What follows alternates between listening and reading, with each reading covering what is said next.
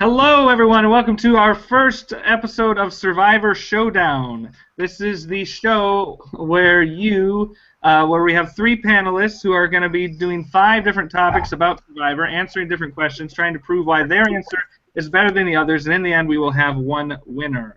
So, we have 3 panelists today, and I'm going to have them introduce themselves. Whoever wants to go first. Hi, I'm Stephanie. I've watched Survivor religiously since season 2.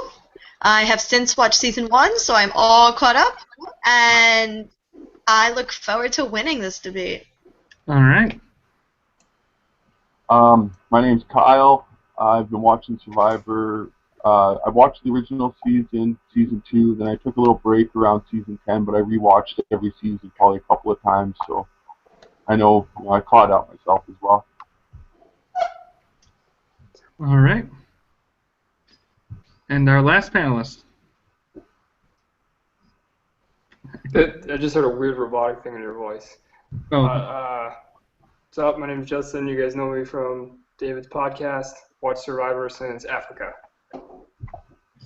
Awesome. And you may have noticed that there is another person in this group, and that is because he is our fact checker, the one and only Aaron Kahn. He is going to have to look up any facts that these 3 say and to verify that they are actually true and they are not making them up.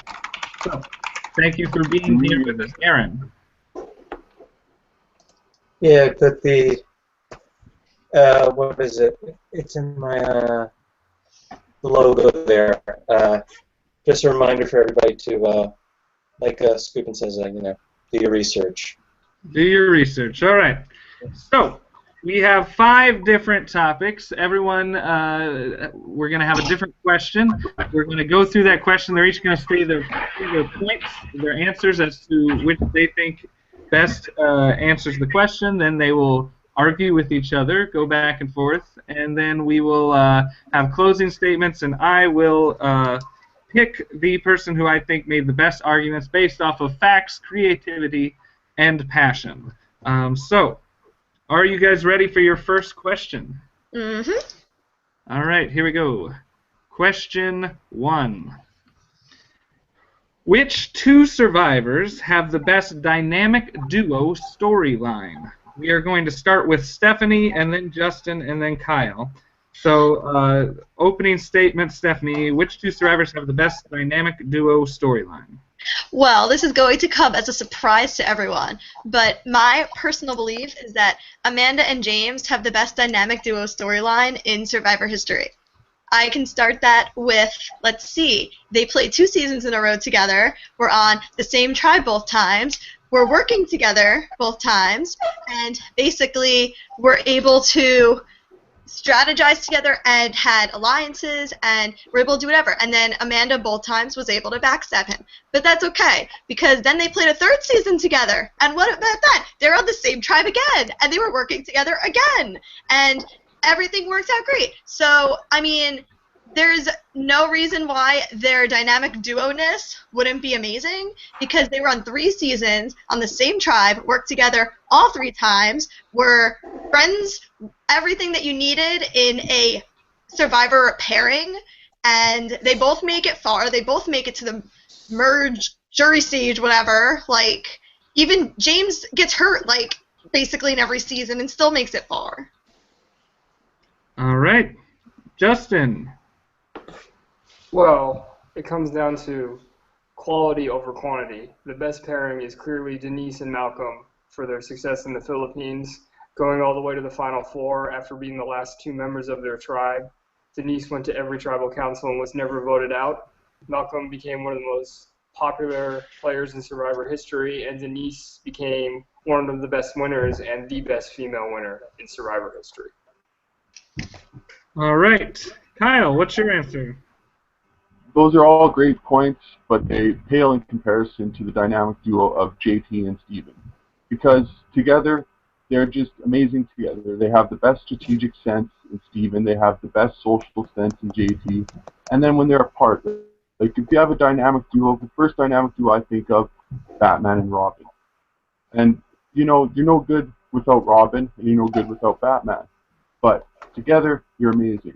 And apart, you're still pretty good. Like, they're mid-jury boots when they're not together, but together they're just going to make it a long way. They were down 4-8 at one point. They infiltrated and made it so that three of their four members actually made it to the Final Four. They also had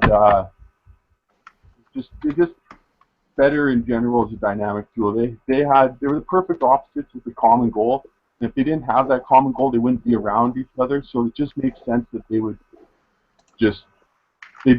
I don't know. Sorry, I'm rambling, but they're just perfect. They're perfect opposites, and it makes them dynamic in that sense. All right, it's now open floor. Now hit the floor.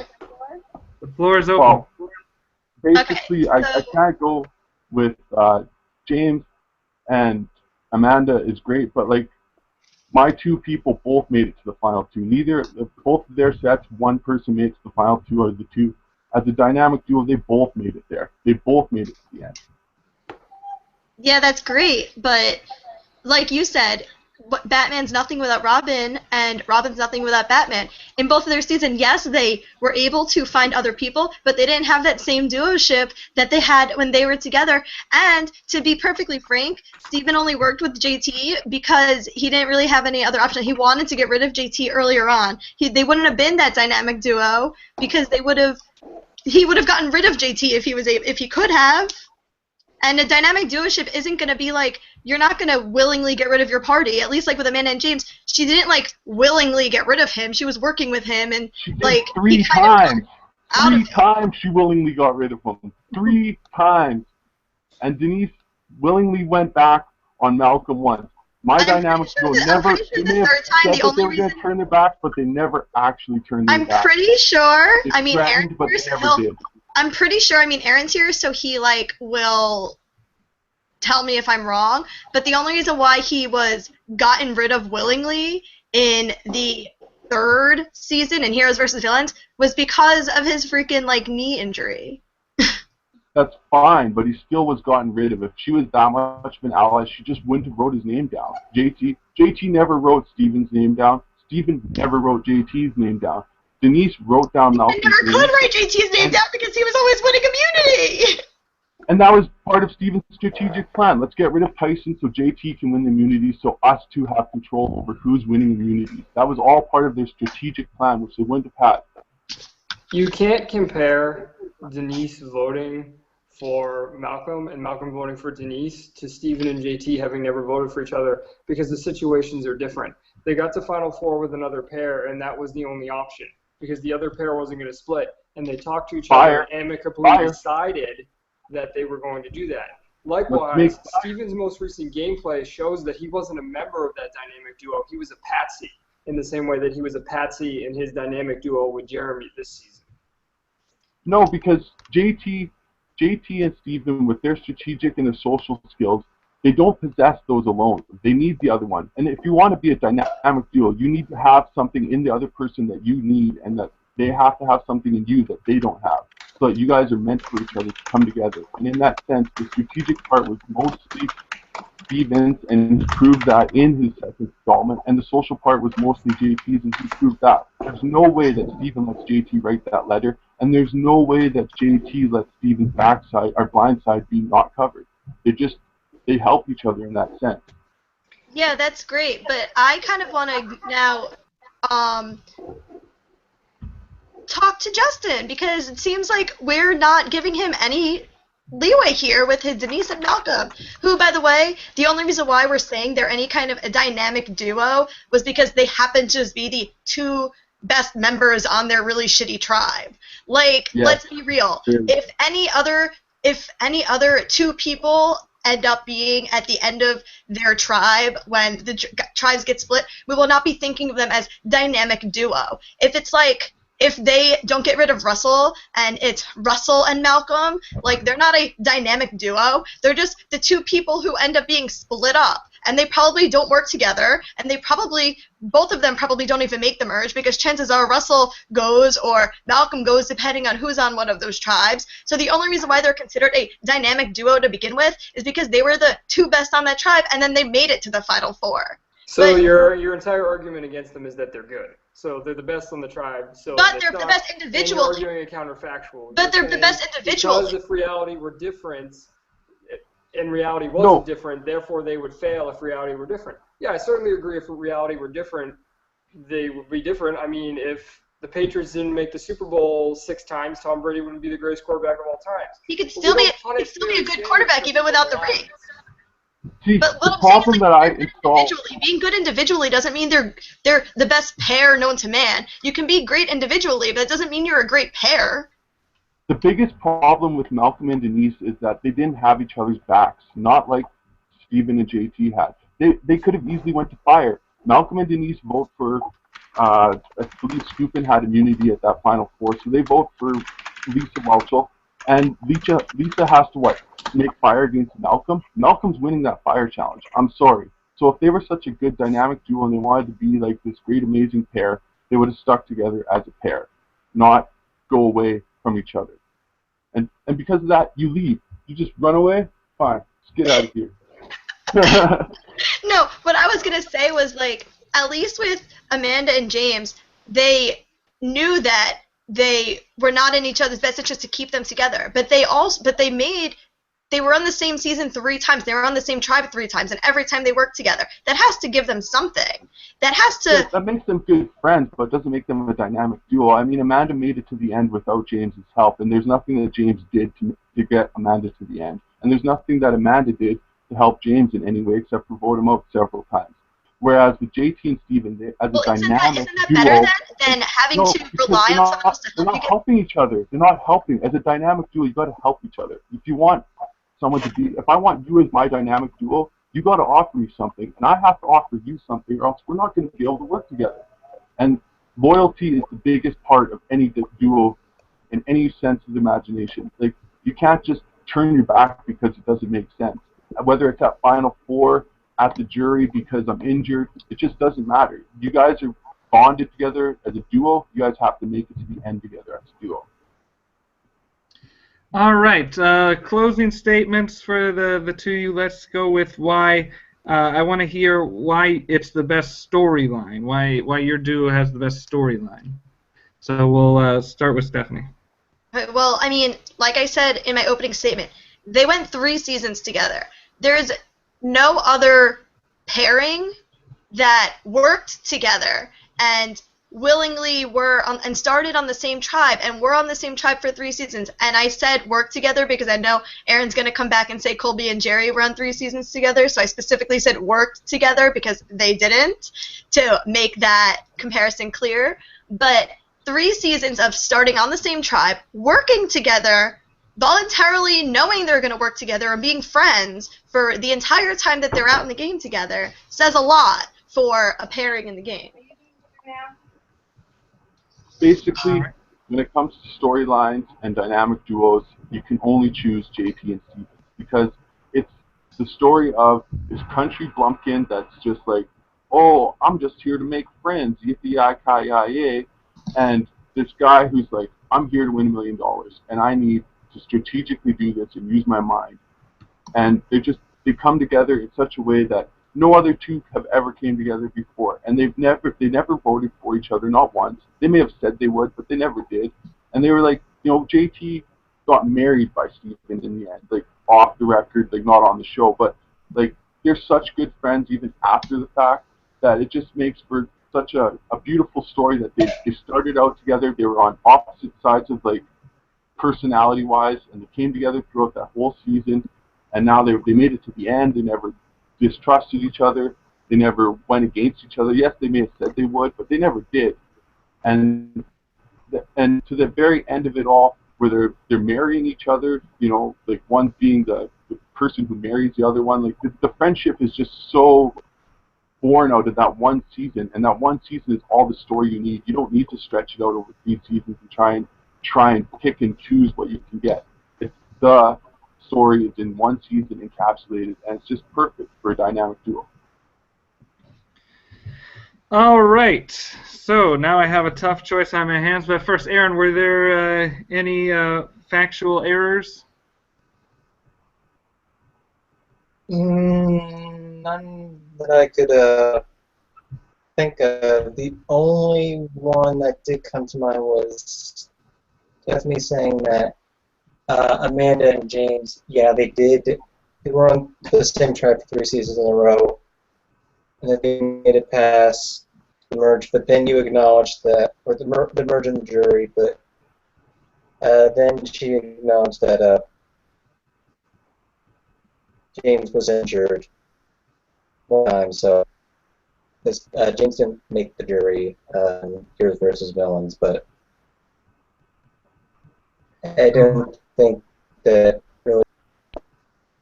But that didn't really deter from my argument. I kind of knew that, but it didn't really deter from my argument. Yeah. So, just so everyone's aware, Justin had a work emergency and had to leave.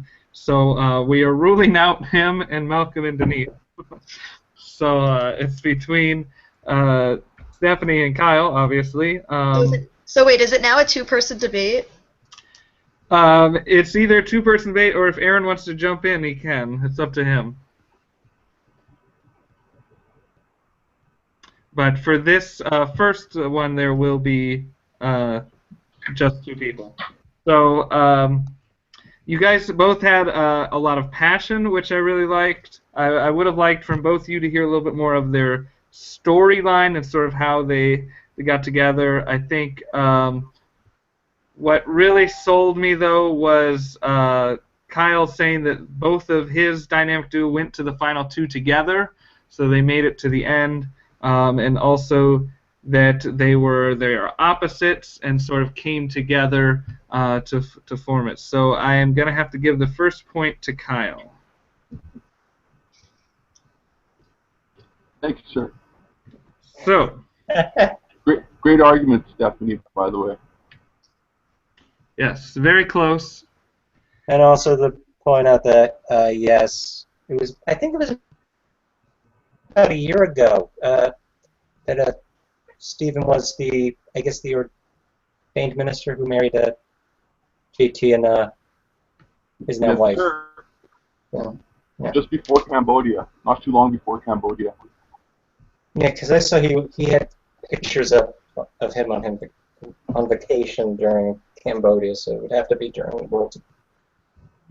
The argument, I just want to say something. The argument that they're friends off the show means nothing, because I know that, like, the China cast, when they go to charity events, like, if Amanda's there, she'd be friends with them. I was drinking in celebration with Jamie and Eric and James was, like, buying me shots all night. To be fair, you try to get down your path. To be fair, the outside argument didn't sway me one way or the other because it's the storyline in the game. But yes, agreed. I just wanted to make the fact checker work. That's why I brought up the wedding. Oh, okay. I do recommend everyone. So, all right. Let us move on to the second question then. Question number 2. And question number 2 is this. What is the best finale episode of Survivor? So throughout all 31 seasons of Survivor, what is the best finale? We will start this time with Kyle, and then Stephanie will go second. Well, here's why I didn't have time to really fact check myself, was the loved ones visit that was in the finale. I believe it's the first ever loved ones visit in a finale, and for me, I love the loved ones visit. I'm a sucker. I cry. I'm a 29-year-old man that fights MMA, and I cry when I see, like, you know, Jeremy's wife come out and give him a big hug at Cambodia. Like, just tears me up, and I love the loved ones visit. So a big part of this finale was the fact that the loved ones visit was in there. Then you had the challenges.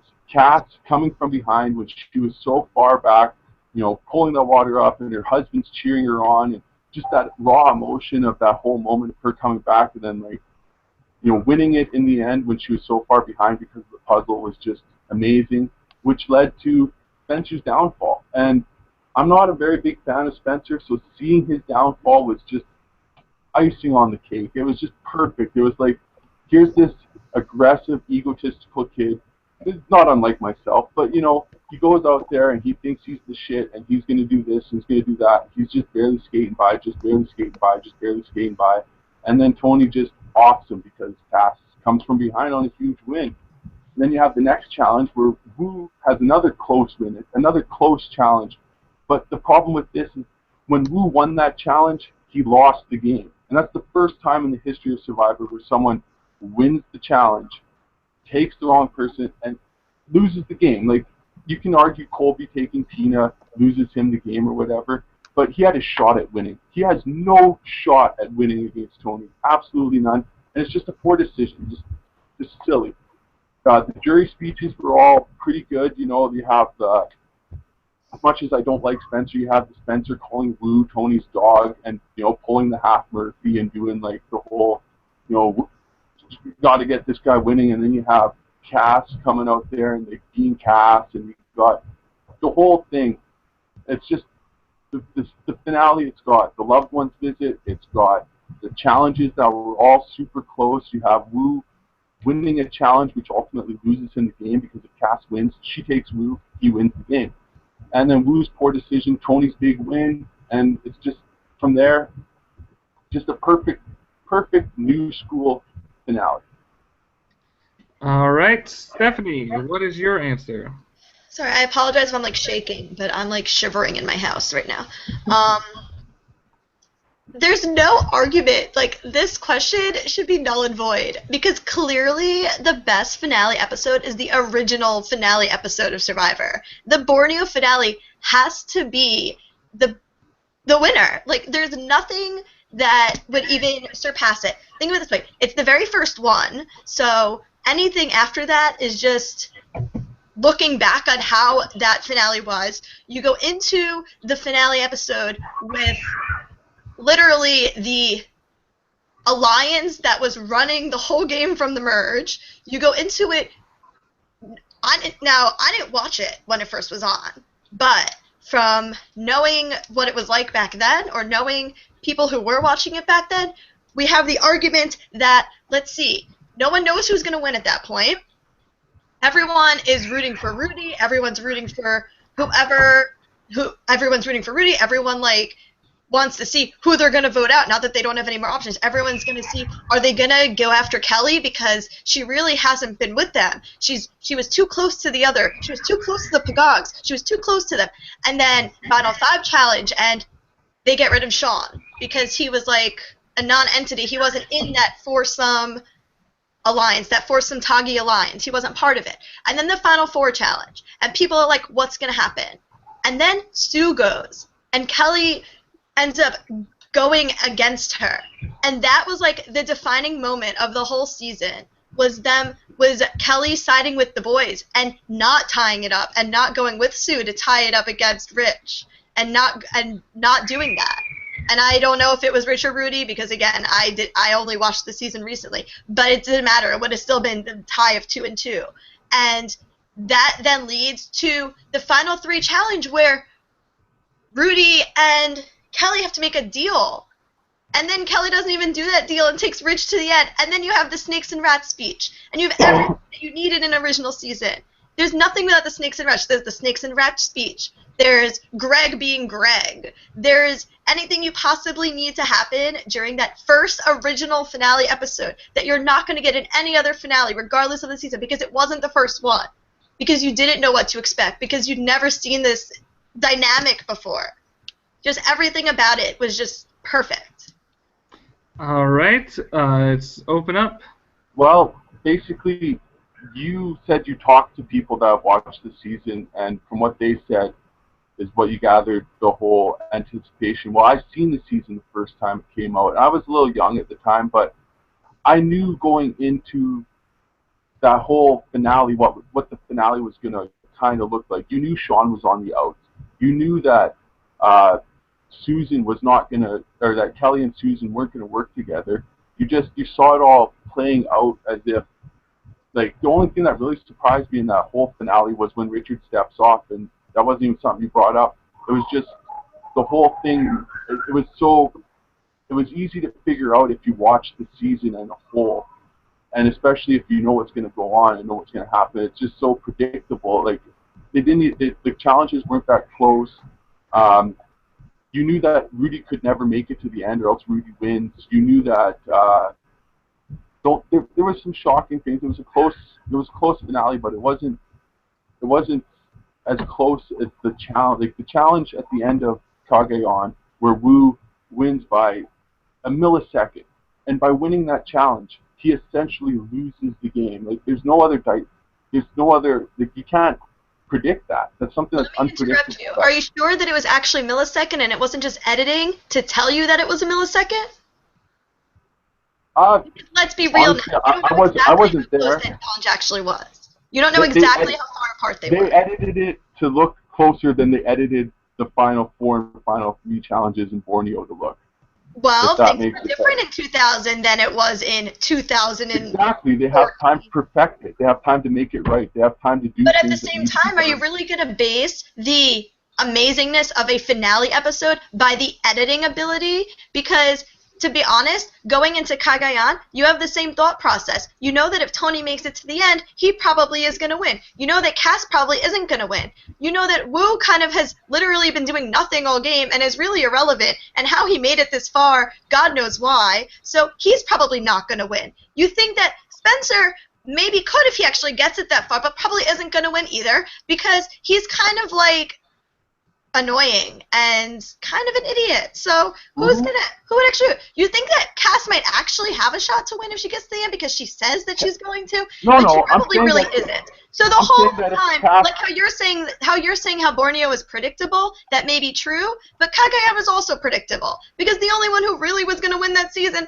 was Tony. And then yes, Wu makes a stupid decision, takes him, but at the same time, Wu did nothing really smart the whole game because he was always in the minority. He was always clueless or had that like really weird look on his face that he had no idea what was going on. So why not bring the person that he actually knew since day one in the game instead of Cass? He doesn't know any better. He's going to do whatever someone tells him. And Tony's probably like, hey, take me to the end. So he's like, okay, I'll just do whatever it tells me to do. So in that sense, why would that be like an amazing episode? Because the family members came out? Okay, great. You have no idea that Wu is going to win that challenge. You until the editing makes it, which is both the episodes, the editing makes it look like there's a chance that Cass wins that. And if Cass wins that immunity challenge at the very end, and she takes Wu to the end instead of Tony, which she's gonna do, it's literally the worst finale in the history of And you have no idea that Kelly's going to go on an immunity run. It doesn't go that way. It doesn't go that way. And you have no idea that Kelly's going to go on an immunity run because Kelly could have lost any of the other challenges, and then they all would have voted her out, and so she doesn't even make it to the final 3. Once Richard steps off that immunity post and says, I don't care because either of them are going to take me, you know Kelly's going to win against an 85-year-old decrepit old Rudy. Okay, he's 60, 70 at that time. I know the fact checker's checking right now, but he's in his 70s at that time. He's not lasting there for very long. He's not taking up very much time. Once Richard steps off, which is 5 minutes into it, he's like, well, see you guys later. I'm gonna go sit over here and chill. Rudy's not gonna get to the end.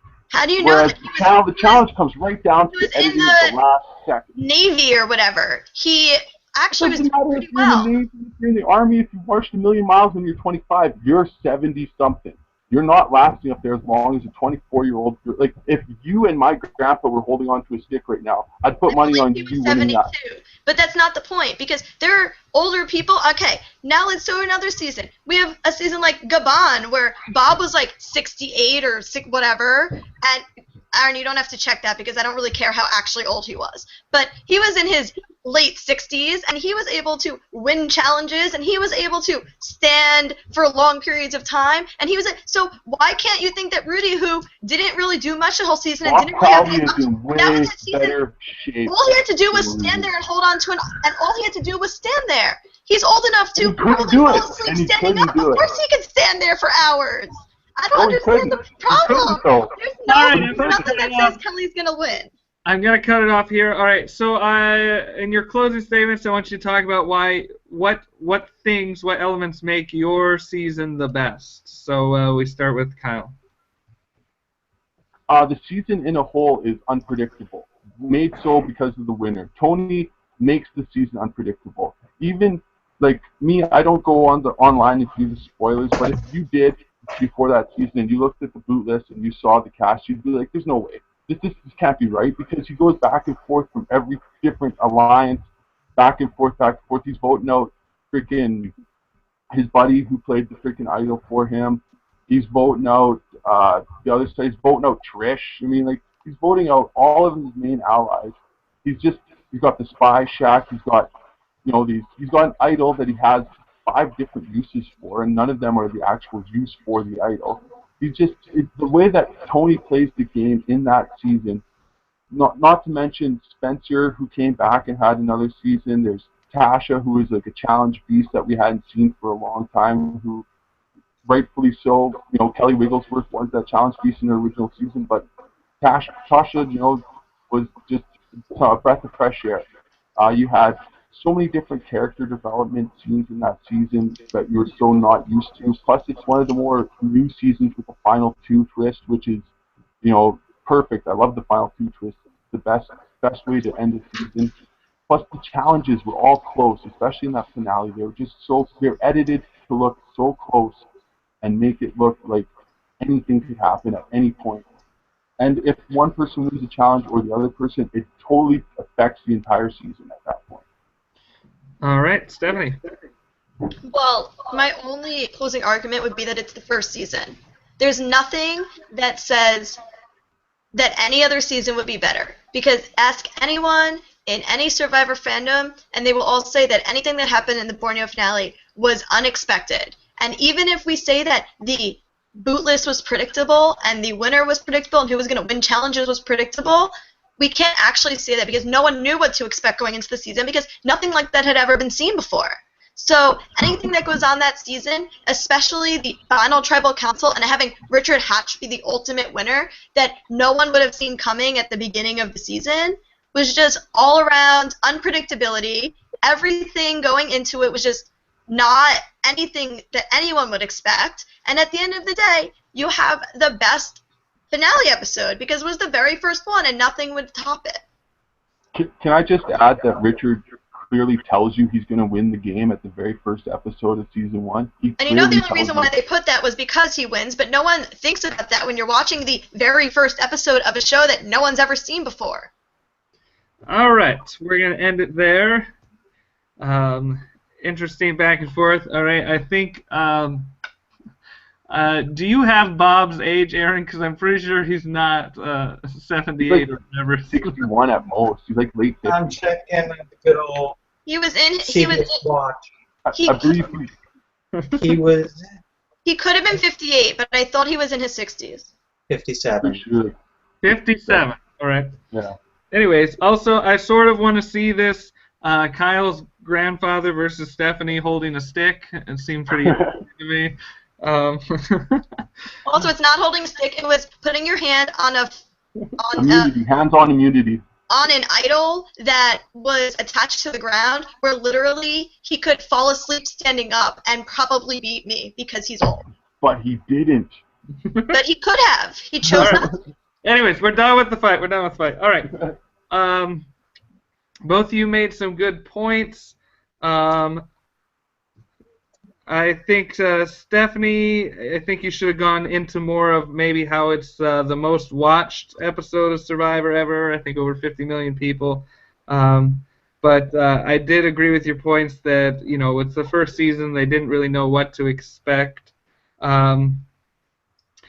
I thought you both sort of got caught up, though, in this unpredictability thing. It was really close. Ultimately, I think what snuck by is that you did mention, Stephanie, the snakes and rats, which is probably one of the most iconic moments of Survivor. So I would have gone into more of that, but when he went first, I had to just kind of base it off of what he was talking about, because his whole This Okay, whole I'm giving you argument- the point. So No, yeah. Stephanie gets the point. That was the main thing of why the finale was the best anyway. What are we talking about in the book, Aaron? No, this is Mario Lance's famous I thought you were quote. going to bring up something He in the book, talks- that's why I asked. No, he talks about the impact of season 1. About snakes and rats, yeah. How All right. people, yeah. So we are tied up 1-1 as we enter our third question. Stephanie, if you want to go back to your original answer for this. Justin had? Yes, awesome. I would love to. Okay, so anyways, so we get to question number 3. Who will be taking the lead after this one? We have who hurt their reputation the worst by coming back a second time? All right, we will start with Stephanie. I want to thank Justin for letting me have my original person back because my argument for my second choice was going to be really, really hard to actually make. But I have to say that the only person, the first answer to this question and the only answer to this question is Stephanie LaGrossa. Coming back a second time in a row and showing her true colors and coming from a person who loves her and is a huge fan of her on the show. You can't knock the fact that her playing in Guatemala and being able to play and be on a winning tribe and showing her aggressiveness and her abrasive personality definitely hurt her reputation because going into the season, she's like the new Colleen. She's America's sweetheart. Everyone loves her. Everyone felt so bad for her being the last one standing in Palau and having to go into the Oolong tribe or Karor tribe rather, after losing every challenge and having a forced merge because she's the only one. And that night on the island by herself in Palau, that was probably the saddest moment in like the history of Survivor after Mike Scoopin falling in the fire at that point. Or Jenna leaving the island for her parents. Whatever, there's a lot of them. But either way, it was like the saddest moment in Survivor history at that moment in time. So there's no argument that Steph playing how she did in Guatemala and ultimately losing horribly to Danny in the final 2 and basically knowingly losing to anyone in the final 4 at that point in the season, she has to be the one who ruined her reputation the most coming in to her second season. So much so that they don't even acknowledge Guatemala as like her season. When she comes back for Heroes versus Villains, she's listed as being there for Palau. So like Guatemala is still like not good for her Survivor history. Like it's not even acknowledged in Survivor fandom because they like her so much that they don't want to think about how horribly she did.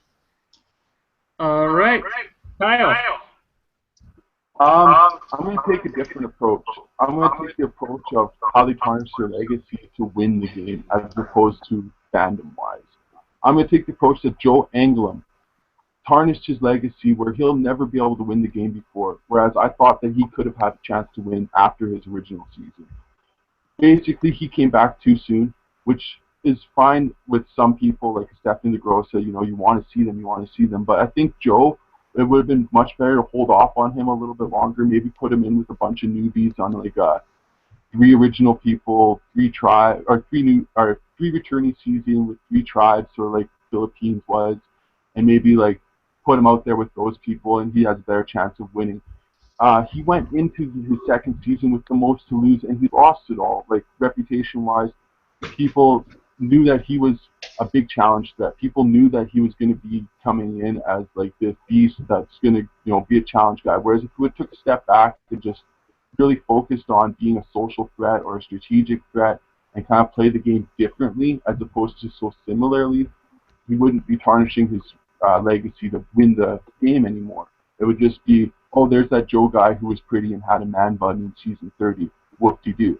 As opposed to now, it's like, oh, here's this challenge threat that if you let him, he's going to win every challenge for his tribe. He's going to win every challenge in the immunity, and he's going to have to pass out before he actually wins. And that was another reason why his legacy was tarnished, because he didn't learn from any of his mistakes. And it was so soon that he was so weak that he couldn't do the same things that he wanted to do, even though he was trying to do that. And for that, he's got too big of a target going in. He'll never win a Survivor season because of it. And he's never going to make it far in a Survivor season because of it, because he's just too big of a threat.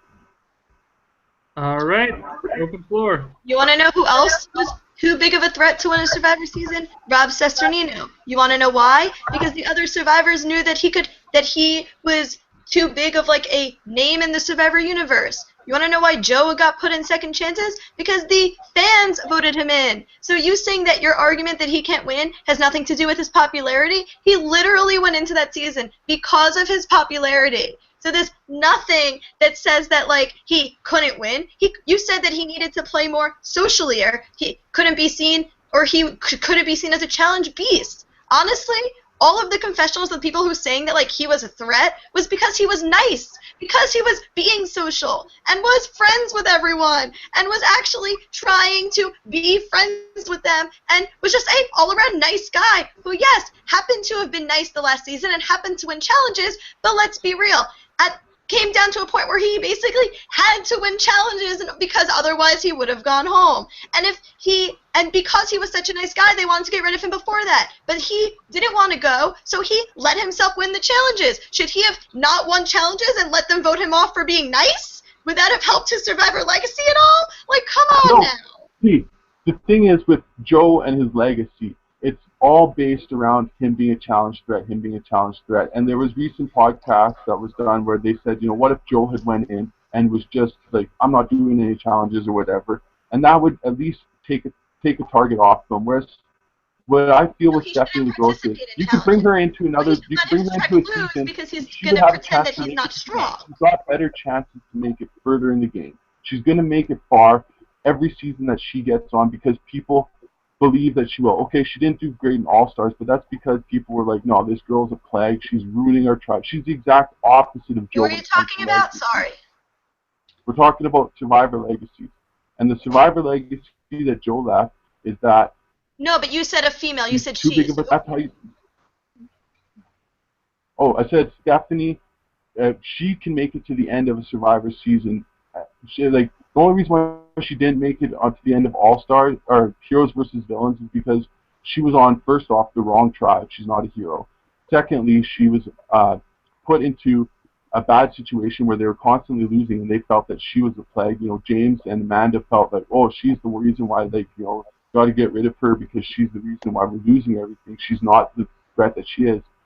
But you put her in a season full of newbies on a 3-person returning Philippine-style I'm season. sorry, but I have to stop your argument right there. If your whole argument is that someone can win Survivor because they're the returning player on a tribe of newbies, a la Redemption Island, then the argument right there is flawed. Because that's the No, worst. that's not my argument. I'm going to stop and say that's the worst thought process for a Survivor fan. And I know this is going to be like a personal attack, but it's not really. It's more saying that like the Redemption Island, Philippines type seasons, like, yes, the character dynamics could be good, but when the returning player has too much power that's the only way that they're going to win is when they're on a tribe of newbies, that right there just shows that they're not a good Survivor player. Because if you have to return a bunch of times and play with people who don't know the game, who can follow you blindly, how is that going to show anyone that you actually can play the game? If he couldn't win with All-Stars in the second chance season, then how is that him ruining his legacy? Because he couldn't win in his original season either, because he was nice and he won challenges. That's not what I was saying. Steph didn't even not win. What I was saying at all. Steph didn't even win with newbies. That's not what I was saying. Steph played with all newbies. What and I was saying was, okay, Stephanie, let him talk.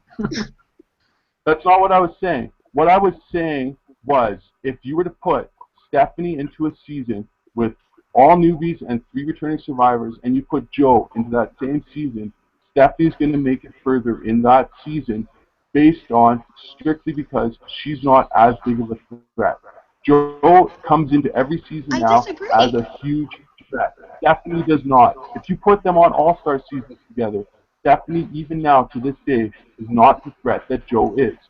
She'll never be, and she's never going to be. And as like I said, when it comes to Survivor legacies, what I feel is your Survivor legacy is your ability to win the game. Not your popularity with the fans, it's your ability to win the game. And with that, Joe has no ability to win this game anymore, whereas Stephanie, even after 3 tries, still has a chance at winning this game.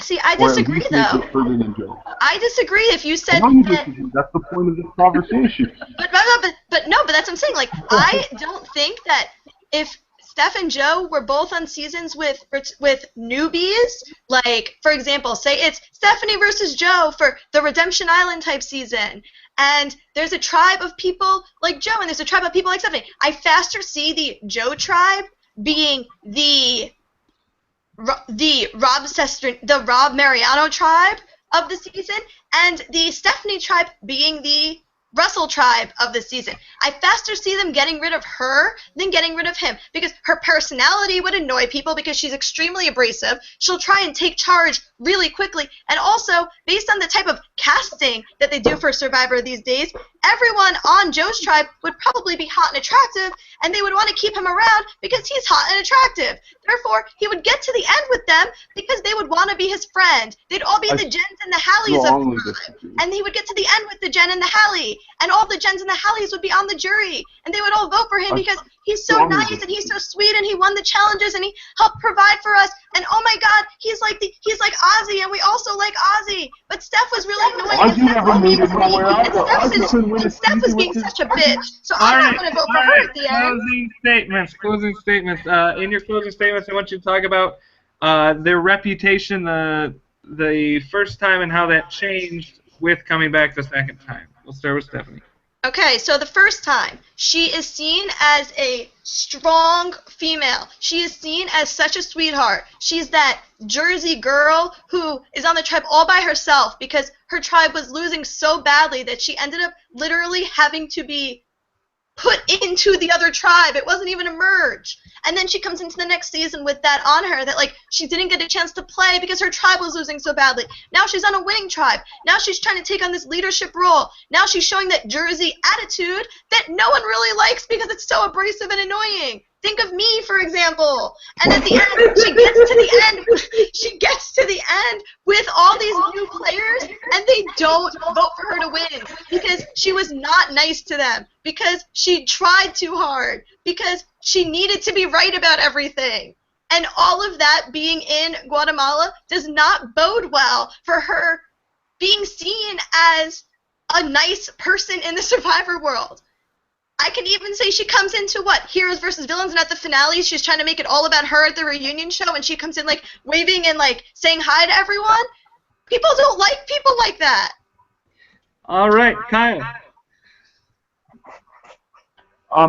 Joe in his first season, he was known as like, okay, he's kind of the underdog, kind of the person that everyone is dealing with and being, happy to have around. And he's, like you said, he's doing this. Oh, he's Joey Amazing, Joey Amazing, Joey Amazing.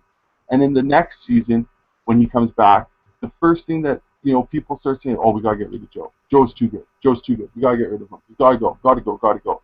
And the very first season, you didn't hear about Joe as a target or, okay, we got to get rid of Joe until it was like the episode that he was going.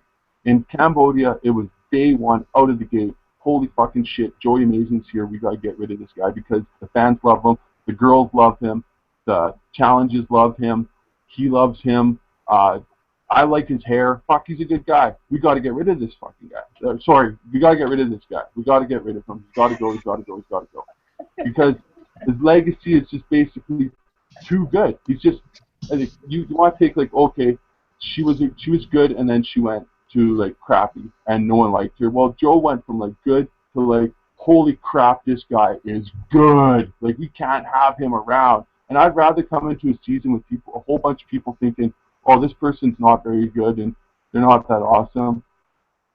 And Joey is like, there's no way, this guy's just too good. We gotta get rid of him. Just gotta go as soon as we can. All right. So, Aaron, is there any facts that needed checked? I can't. Well, Kyle did correct himself in saying that Stephanie didn't do so well in All Stars, but she wasn't in All Stars. All Stars part, All Stars 2, which is Heroes versus Villains, and All Stars 3 being Cambodia. But, no, I couldn't think of anything. Although the fact that Steph really is really from Pennsylvania, not from New Jersey, but she did go to school in New Jersey, so she was like considered that type. All right. And the only thing I can think of, But those also doesn't. The only thing other thing that was coming to my mind about Joe, does it help that he shared a sort of a incestuous scene with his dad? I'm not sure that helps. Well, I don't think it's relevant either way. But all right. Francesca personally. So, Kyle, I think you did a really good job explaining to me why Joe hurt his chances of winning in the future, but not necessarily like his reputation or how the audience necessarily perceives him. Yeah, no, I misunderstood the question when it was asked, and I formed my argument around like his gameplay and his legacy in the game as opposed to his legacy with the audience. So I understand that. Yeah. I was just trying to fight for my life in that one. No, yeah, and you did a really good job. But Stephanie talked more about how she went from this sweetheart to this almost hated character, one to the other. So I'm gonna have to give Stephanie the point. And I have to thank Justin, because no way if he was here he had Steph. And now that I think about it, I probably could have done like Rob Sesternino, for example, but my other option was going to be Colby, and I would have ended up having to do, and it would have been really hard to find an argument around his All-Star stunt, and like it would have just been All-Stars in general, and it would have been a shit show. So I'm kind of glad that Justin let me have Steph back, because it was the only way I was going to win this question. As soon as you said Stephanie the Gross, I was like, oh crap, I'm done. I have no argument. I mean, he's the only answer to this question. Yeah, she is. The only other thing I can think of I want to share something about Stephanie when she was on Guatemala. After I used to record the reunions because of school, and I remember it recorded like the first couple minutes of the 11 o'clock news, and Stephanie being I'm from South Jersey, so she's in Philly girl, so they're pretty close. So they showed people having a sort of party for the finale, and people were just watching her at someplace in Philly, and they were all watching, and you could see the scene where Judd is giving his jury vote, saying, well, we still love you, Stephanie. So I think they still liked her even after. Well, if your family and friends, you're still gonna like the girl. Your side-haired friends are gonna be by your side, but they're still gonna like you. You're like, I have friends. The general population quite is accepting. So let's move on to question number 4. This question is, what challenge should they never do again? What challenge on Survivor should they never do again? This time we are going to start with Kyle. Wow. Well, first I'd like to say enough is enough with the Hold On for Dear Life challenge. The first final immunity challenge, I guess. The first final immunity challenge, it sounds weird. It's boring. It's shot after shot of the same image. Oh, are they going to move? Oh, is she moving yet? Is that hand off yet? No, it's not off. It's going to be 10 minutes before they move, okay? It's silly. It takes too long. It's like the Buoy challenge in Palau. Yeah, it's fun and dandy. Oh, they're up there for 12 hours. I mean, come on. They're not getting... It's ridiculous. It's getting really ridiculous at that point. That's why they stopped doing it. It was like, all right, enough's enough with freaking taking too long. And that screws up the tribal council. You know, you have to vote someone out right there on the spot, like in Pearl Islands and in Palau. Like, it's taking too long. It goes way into the night. It's so uneventful of a finale. Like I said, once Richard gets off there, there's no way 67, 72, 108-year-old freaking Rudy is standing for very long against 25-year-old Kelly Wigglesworth, who's like in this pose. Then you got Rob, Rob Mariano, who's talking to Amber, knows that she's a hand talker. There's no suspense. There's no suspense. It's so uneventful. Like I said, shot after shot. Are they moving yet? Oh, are they moving yet? Did her foot move? No, it didn't. 10 minutes of that. 10 minutes of this. And it's just no sense. It's so terrible. So long. It just takes forever. And it needs to be done with. And I'm glad they don't do it anymore. And they better not do it anymore because it's so boring. All right, Stephanie. Hold on 1 second. Okay, so first off, I want to say that I personally like the idea of them repeating certain challenges, and I wish that they actually did more of repeating some of those old school challenges, so to speak, because some of those challenges were my favorite. For example, I love the one that they did. Someone said they did it recently. I don't remember what season they said it was done recently in. But in Amazon, they had like the meat eating. Oh, South Pacific. In Amazon, they had, or in South Pacific, the meat eating challenge. Where you had to like tear the meat off of like the thing, and like you had to get it weighed, and like challenges like that, like the old school challenges, for example, are like my favorite challenges that they could do. But the challenge that I'm really sick of are the stupid balancing challenges. Like, balance these balls on a platform on your head. Hold this stick and balance puzzle pieces on it. Now you're going to, like, hold this above your head, and maybe water will fall if your arm moves. Like, how many times can you use the same muscles every, like, 2 or 3 days? And the same person constantly wins. It's not like Big Brother where if you win the challenge, you can't win the next one. At least then it would make sense to do the same type of challenge because someone else has the chance to win it. But then you have someone like Joe who's good at balancing and will win every kind of balancing challenge until he physically passes out. But if you change the challenges up and you have different kinds of challenges, then the same people aren't always winning, and then it gives other people the opportunity to win. And there's only so many weeks you could watch the same show. You could watch your favorite show and have the same type of challenge in a different format. Like, literally, it's balls one week, then it's puzzle, then it's like holding a stick of something, then it's like balancing on a buoy, then it's stand on this and hold your hands above your head and hope that nothing falls. Then you have to hold your arm out and you're going to add more things on top of your flat hand again. And it gets really, really annoying. Like, I'm just so sick of those challenges. At least if they're going to do them, don't do 12 of them in the same season. All right, so to be clear, you're talking about balancing challenges where you're holding things with your hands of some kind. Hand balancing challenges. Yes. Okay. So, floor is open.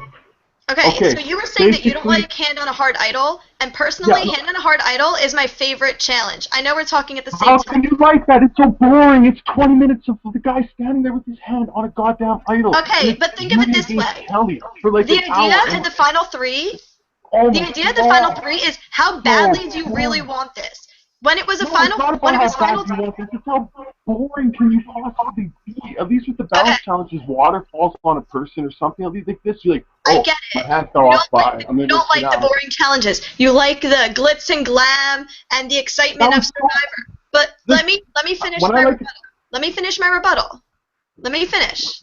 But like I said when I was talking about Borneo, when you have 3 people and you're going to be in a final 2 and you know that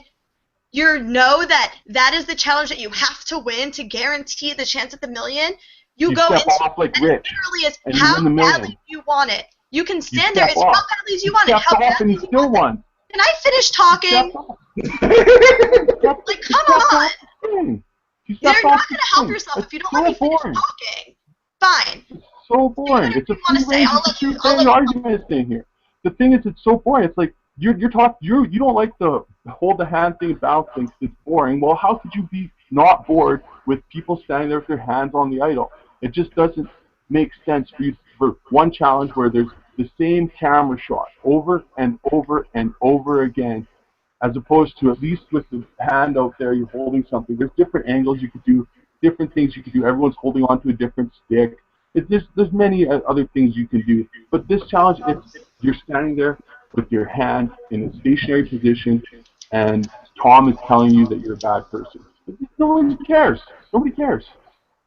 Okay, so first of all, I never said that the challenges were boring. I said if every challenge is like that, it gets a little bit repetitive and annoying. I never said they were boring because the beginning of my opening statement clearly said that I like when they repeat the challenges because at least it gives everyone something to do. And I don't hate any of the challenges. I just find the repetitiveness of the balancing challenges to be a bit annoying. Not boring, but annoying. Listen to what I'm saying, and then you will have a better rebuttal. Now, to finish my argument to you, you think it's boring to have someone stand there with their hand on something or sitting on a buoy because in Palau they could sit on a buoy for 3 days without moving. But then you get the drama of the strategic conversation of Tom basically forcing But they never showed any of.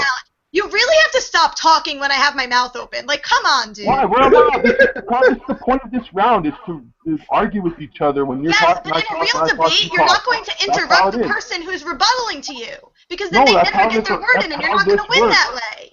This is how this works. You start talking, I have a point, I counter your point. That's how this works. Yes, and in a real debate, there's a moderator to tell you to shut up when it's the other person's turn to actually rebut you. Otherwise, you're never going to win a debate because you're going to be seen as a tryhard. They did when you got told to be quiet once. But anyways, the point is... Yeah, I was told to be quiet to let you finish talking. And I haven't been, so I haven't had to. My point is that there's no suspense in that challenge, where at least in the challenges with the balance on your hand, there's suspense. Because you're not letting me get my mouth open to tell you why I find it suspenseful. I'm getting really annoyed with you, and it's really not cool. Why is it suspenseful? You're not letting me actually explain to you why I find it suspenseful to actually give you a rebuttal. So if you want Dave to just give you the win on this, just tell me so and I'll shut up. But unless you want to actually have a debate, let me open my freaking mouth. Okay, Stephanie, what's your point?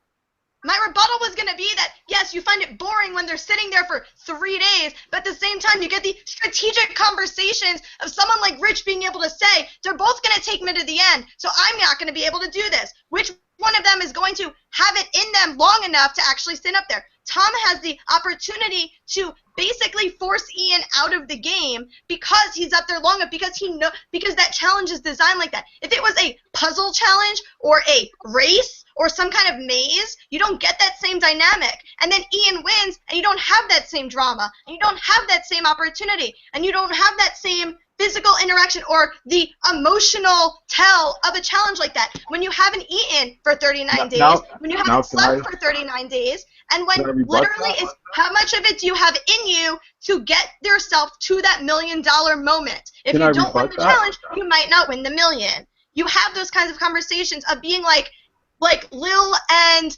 Fairplay when they're doing it. And they're able to have that conversation like, when if I let you win, will you take me to the end? And Will says yes, and then takes Sandra instead. Stuff like that doesn't happen if you have maze challenges or whatever kind of challenges you prefer at the final challenge. You have all that opportunity to do all that stuff in those hands-on, hold the balance, put your hand out and hold that challenge. You can do it then.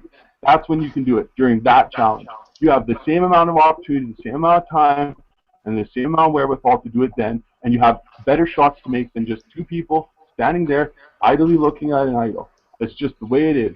I'm sorry that you find it this way or that way, but I feel that if I'm going to have a challenge where I'm going to talk to my opponent and get in their head, I'd rather us both be holding on to something different, balancing or something, so we can do that, as opposed to us in a long 3-day, 5 hours, 17 minutes, who cares, just shot after shot of the same image on our television screen, and it gets boring, it gets repetitive, it gets annoying. You have that same opportunity to talk to your opponent in a balance, hold your hand out. Balance challenge would be the same thing as you. It'd still be a repetitive challenge where they're just standing there. No, because there's other shots that you can make. There's other shots you can take. There's water coming down on people when they let go of their hand. There's the rest of the cast. You know, there's so many different things that can happen, as opposed to a final immunity challenge where everyone's holding on to the same puzzle piece for like 3 days, and it's just so boring. At least if you replace those hands-on immunity challenges with balance challenges, you could have the same conversations, you could have the same thing, and it'd be over faster, it'd be exciting, and it'd be done with. But doing something where it's literally holding on, like the hand on a hard idol, which first of all, you're saying you don't like hand on a hard idol, but then you keep going back to Palau, which was not a hand on a hard idol, so you're basically like having two different points here? No, my argument is the final immunity challenge where you have to endure. That's what I'm arguing. But a balance challenge would still be enduring. No, it's not, because it's a balance thing, and you don't have to endure, because if you don't have balance, you're not enduring, you just fall off because you have shitty balance. And if you don't have balance and you're standing on a little tiny stump and you have to stand in that little tiny stump, you're still balanced. But if you're on a buoy, you don't matter about balance. What? A buoy wouldn't matter about balance. That's where that comes in. Well, yes, because you have to be able to balance, because it's going to be windy and it's going to move. Everyone that lost that challenge jumped off willingly. All right, I'm going to end it there. Good job. In the future, let's just both try to give each other a little bit more airtime to talk before interjecting. But so you both made very valid points. Let's first go. Is there any fact-checking, Aaron, that needs to be corrected? I knew that Survivor Wiki would have a name for every challenge here, but I don't have it right in front of me. But It's Hannah Hard Idol at the end of Barney. that's the one I know. Which one are you talking about, Kyle? The buoy one at the end of Plow? I'm talking about my argument was all endurance challenges that are for final immunity. His was a general statement, just like mine is a general statement. Yeah. They're both general balancing with hands versus standing of some sort and enduring. Also, I don't think we actually had closing arguments, but I don't think it matters. I got all my points across. I don't need a closing argument unless. Yeah, I didn't see any errors or anything. Although I will say that while I am tired of the bouncing and especially with the balls challenges, Keith did give us ball savviness. All right. So I thought you guys had a lot of good back and forth about different points. I guess ultimately what swayed it one way or the other is that it seemed more like, Stephanie, that you were upset with how many times that they did it, as opposed to them never doing it again. And the question is, which challenge do they never do again? And it was yours is more of and I agree with you that they should not do it every episode. Yeah, I mean, my real argument was that I actually like all the challenges. There are challenges I think they should repeat and not actually get rid of completely. So. Yeah. So I'm gonna give the point to Kyle. Although personally, I am a fan of Hands on the Hard Idol, but That's so boring. It's such a good challenge. Aaron, talk to me here. Yeah. But all right, so it's 2-2. We go to the last question. This will determine the winner, and I really like this question. So there has been 5 Daves or Davids that have been on Survivor. So the question is, who is the best Dave or David to be on Survivor? So I think Stephanie, you go first. So I'm just going to say, the reason this person is the best David to play Survivor is because I'm pretty sure he is the most successful off the island and was the most successful before he even set foot on the island. Dare I say it, the best David to play Survivor is David Sampson. And here is why. He's put on a season where he is probably going to go out early because he's David Sampson, and his tribe was kind of, like, ridiculous to begin with. So I don't fault him for being voted out early. I don't even think it was really his fault, if any, because, like, his tribe was really, like, dumb. And they lose a challenge that they probably should have won because they're called the Brains Tribe, and they can't even do a stupid puzzle. So, with that in mind, he owns the freaking Florida Marlins, so he's already extremely wealthy. He had no reason to be on Survivor in the first place, and he went out and actually was trying to win. Like, he got voted out because he was trying to actually win, because he didn't get along with, like, Jatia, who ends up going home, like, the next round anyway because his tribe continues to lose. Like, he aligns with Katz, which is a great move. They tried to get Garrett on his side, but they decided to go with Jatia instead. Like, to me, that's a little bit ridiculous. But the fact that he is the most successful of the 5 Daves and Davids to play, both off the island well, not both, but off the island, because he owns a freaking baseball team, like, there's no other reason why he wouldn't be the best. Because he clearly is the richest and most successful one. All right. Kyle. First off, I like to say this is kind of an act of pandering, but the best Dave in all of Survivor history is the David Johnson. We have a David Johnson here who shares the same name, so I thought I would pay him some respect. But David Johnson from Amazon was also a great Survivor player. He was a rocket scientist. This guy played with rockets. Let's talk about out of Survivor. Okay, David Sampson, he runs the Marlins, big whoop-de-doo, also first boot out. This guy was a rocket scientist. Not only was he a rocket scientist, he was the first Dave. The first. Of all the Daves, this Dave's number 1. He was ninth place, which is a lot better than last, which the other David got. He's a lovable character. He's a beautiful man. You just look at this guy and you think to yourself, how beautiful is this man? I mean, seriously, imagine having a beer with him. That's one of the things that he said that he likes to do. He likes to go surf womping. I don't know what that is, but he likes to do it. He likes to drink beer. He eats beef jerky. One of his favorite pastimes is eating beef jerky. And you know what? What he wants to do with $1 million if he wins? He wants to own a beef jerky company. He wants a new car and a beef jerky business. That's what he wants. You can check that all day. Look on the Wikipedia. That's what he's doing with his $1 million if he would have won.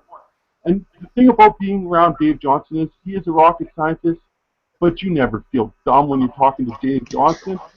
I mean, he's the dumbest rocket scientist in the planet. That's why Dave Johnson is the best Dave in not only this podcast, but in Survivor's history. All right. Time for my rebuttal there. Okay. Dave Johnson won. I got huge rebuttals for your last Aligns with Roger for the whole game until he gets voted out. He aligns with Roger, He's got time to be voted who out. outlasts him because of who? Heidi, who is basically the joke of the Survivor fandom because she had a high IQ and didn't act like it. So just because you're a rocket scientist with a high IQ doesn't make you amazing. Doesn't make you the best. And Aaron can fact check this for me, but I'm pretty sure he also wanted to get rid of. I'm pretty sure he also was the reason behind getting rid of Dan and Ryan because he was with Roger. And Ryan and Dan, yes, they probably weren't the best people to have around on their tribe, but let's be real now. They probably were a lot stronger than Butch, who they kept around, and who made it to the freaking final 6 or whatever, and who outlasted Dave Johnson, and Roger, who outlasted Dave Johnson. So, come on. Dave Sampson was the first boot. Heidi was the reason that he got voted out. Dave Sampson was the very first boot. Dave Sampson had no time to do anything. He not only was he the first boot, he wasn't even the only boot in his episode. There was another boot in that episode. He was booted so early. He was booted so early that they left him in the audience for the freaking. Okay, Dave Sampson. I'll give it to him. He's amazing off the island, but we're talking about Dave's on Survivor, and there's no comparison. This guy is the beef jerky manufacturing god of wherever he's from.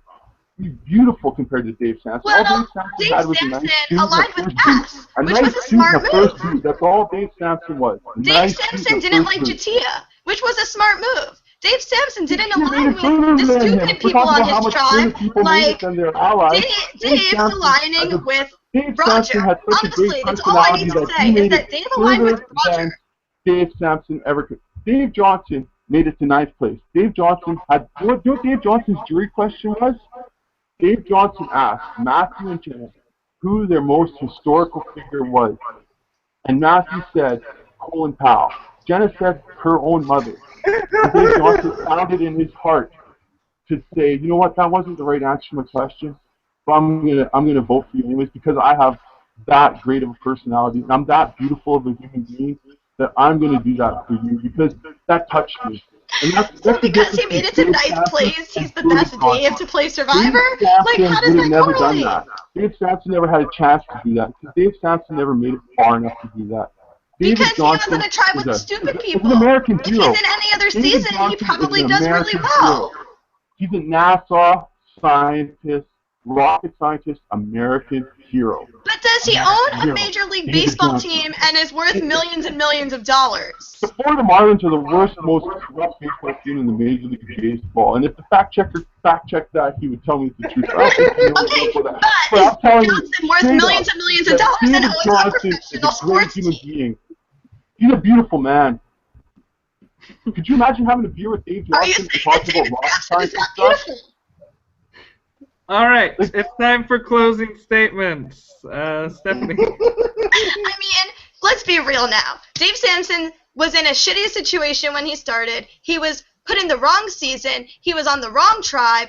And at the end of the day, he owns a major sports franchise, is worth millions of dollars, and honestly, probably has no reason to have anything to do with Survivor, which to me makes him pretty awesome. Because if Survivor's the only reason why you're famous or good, then that's not really anything special to you. So therefore, David Samson has to be the best person to have been on Survivor, because Survivor is not relevant to him. David Johnson. David Johnson. First things first. He comes out on the island with the goal to make a beef jerky manufacturing company. That's his lifelong goal. And he falls short of that, but he makes some great alliances, and he's talked to some, he helped build, and he's just a great person in general. He made it so far. He made it to 9. He made it to the jury questioning period where he could talk to people on the jury. And David Sampson literally went out first. I don't even know much about David Sampson except he's like the part owner of a corrupt baseball team, and it's horribleness. And I don't want to talk about him. He's such a horrible person. I want to talk about David Johnson. He's such a beautiful man. He wants so much for everyone around him that you can't really fault him for that. And he basically let himself go. He's like, you know what? I want this money, but the beef jerky factory is just not worth it in the end for these people who hate me. And that's why he's the best, because he put himself in front of the rest of his tribe. And he said, take me out this time. He may not have said that, but he went a long way. We went a lot further than David Sampson. You didn't say that on Tamaki at all. All right. Oh, that was a great way to end this show. Any facts there, Aaron? Tell him that I'm right about the beef jerky factory. Did you look that up? I did look up. I did Google some things, but before I get to that, I would like to read. I did open up my document here of all the survivors' names, alphabetically by first name. Either if I have Dave, it'd be Dave Johnson, Dave Cruiser, or Crazy Dave, I think it's called. Dave Ball, Danger Dave. David Murphy, who's the worst of them, and David Sampson. Okay, now the facts all seem to line up, although there was one moment where somebody said something that JT went out the next round. I said it. But then you backed it up by saying something about Garrett. Oh yeah, Garrett. Now the funny thing that I did here, I just said something about Garrett. I could have screwed up their booth. No, I said that David Sampson was voted out in an episode where he wasn't the only person voted out. Garrett was voted out. I mean, it's sort of a two-parter. I don't know what that first episode. All right. Okay. So, but you guys both made very good back and forth points, but you guys were sort of canceling each other out.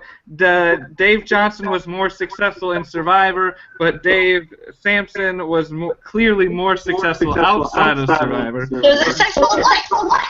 So I sort of had to cancel those out. You both sort of disproved the intelligence of the other, so I canceled those out. So the only way that I had to judge of what was left of which one is best is the only other argument was beauty. So because of that, I have to give the point to Dave Johnson. And Kyle, you are the winner. Congratulations. There was one other thing I looked up. I'm sorry about that one question. The argument, because he was my first choice to talk about this question. Yes, Stephanie also chose Dave as her first choice, Dave Johnson. So, But that's also because I figured one of you was going to choose Dave Ball, so I didn't even have him as an option. Yeah, that's why I didn't pick him either. I didn't pick Dave Ball because I figured you guys would have picked Dave. to be fair, Justin did pick Dave Ball. Yeah, I figured. I actually had a feeling that JML was going to pick him, so he wasn't even on my radar. So, That was a good match, Stephanie. I apologize if I got on your nerves during that one question. One thing I did not bring up. So, Out of curiosity. thank you guys both for being on our first episode. A very good back and forth. I hope to have both of you on again at some point. Hey. Can I say? Okay. Just out of curiosity, I Googled the words corrupt baseball team Marlins, and the second result list down is David Samson. Wait, what's the first result? The manager, Miguel. The Marlins Stadium. Oh. Yeah, because it's owned by Cuban. David Samson is the owner of the team, so he would show up in any kind of corruption. I believe he's CEO. But very good. As played with the Jeopardy game, where my last answer was David Johnson. We have to go back and forth between I think like two different Johnson. I can't remember which two names. It was Smiths and Johnsons. He had names. Smiths and John, and then I just went, I'm bringing this all full circle. And then once I heard David Johnson. Also, apparently, I just looked it up. Dave Johnson also wanted to buy a car in addition to the beef jerky factory. It's not as funny as the beef jerky factory, though. So I didn't. David Samson could buy 1 million cars now because he's very rich. But he didn't buy the beef jerky factory when he had the chance to. So But he had money to do it. He has negative points because he had the chance to, and he never bought a beef jerky factory. But anyways, thank you guys so much for being on. I really appreciate it. You guys are both very good panelists going back and forth. Hopefully we'll have you both on. But is there any thing you want to plug or promote before we say goodbye? Actually, yes. I will promote Season 2 of Survivor Reelfoot. And actually, I think the second episode should be up in an hour from now or so. I think they go up 8 o'clock Eastern every Monday. I was in Season 1. If you haven't watched it, I will not tell you how I do, because you should watch and see for yourself. But everyone should also look up Survivor Reelfoot Lake on Facebook and fill out the application and go to the website and fill out the application. And maybe you guys will run into me in June. Yeah, I watched Reelfoot Season 1. I quite enjoyed you. I thought you were one of the best characters out there, Stephanie. I try. Yes, I also watched the premiere, and it was very good as well. So I would encourage people during this off season, especially, watch Survivor Reelfoot. It is really good, and I would say that the video audio quality has definitely improved from the first season as well. But Kyle, anything you want to promote? No. It's the only thing I do. I'm pretty much just here doing this, so keep watching this. Add me on Facebook. Watch Reelfoot Season 1 for Stephanie. I didn't see the season, but I think she's quite the character because she's a fun character. Thanks for having me on. Thank you, Stephanie, for the great arguments. No hard feelings. Thanks, Aaron. That's about it. All right. Thank you, Aaron, for being our fact checker. Is there anything else you would like to say, plug, or promote? I guess I can plug whatever I was showing in the videos here. The one here is from last year, the CBS Watch magazine, which was celebrating the 30th season of Survivor and the 15th anniversary of the show. I don't know where you could probably find it on eBay by now. I don't know. I got mine at Rite Aid. And then good old Mario Lanz's book from when it was worth playing for. I think we're making ego too big, Aaron. Oh, yes, please, let's not talk about his book anymore. But, all right, thank you guys so much for being on. We will be back in 2 weeks for the next episode of Survivor Showdown with 3 new panelists and 5 brand new topics. So thank you guys so much for watching. We'll see you next time. Goodbye.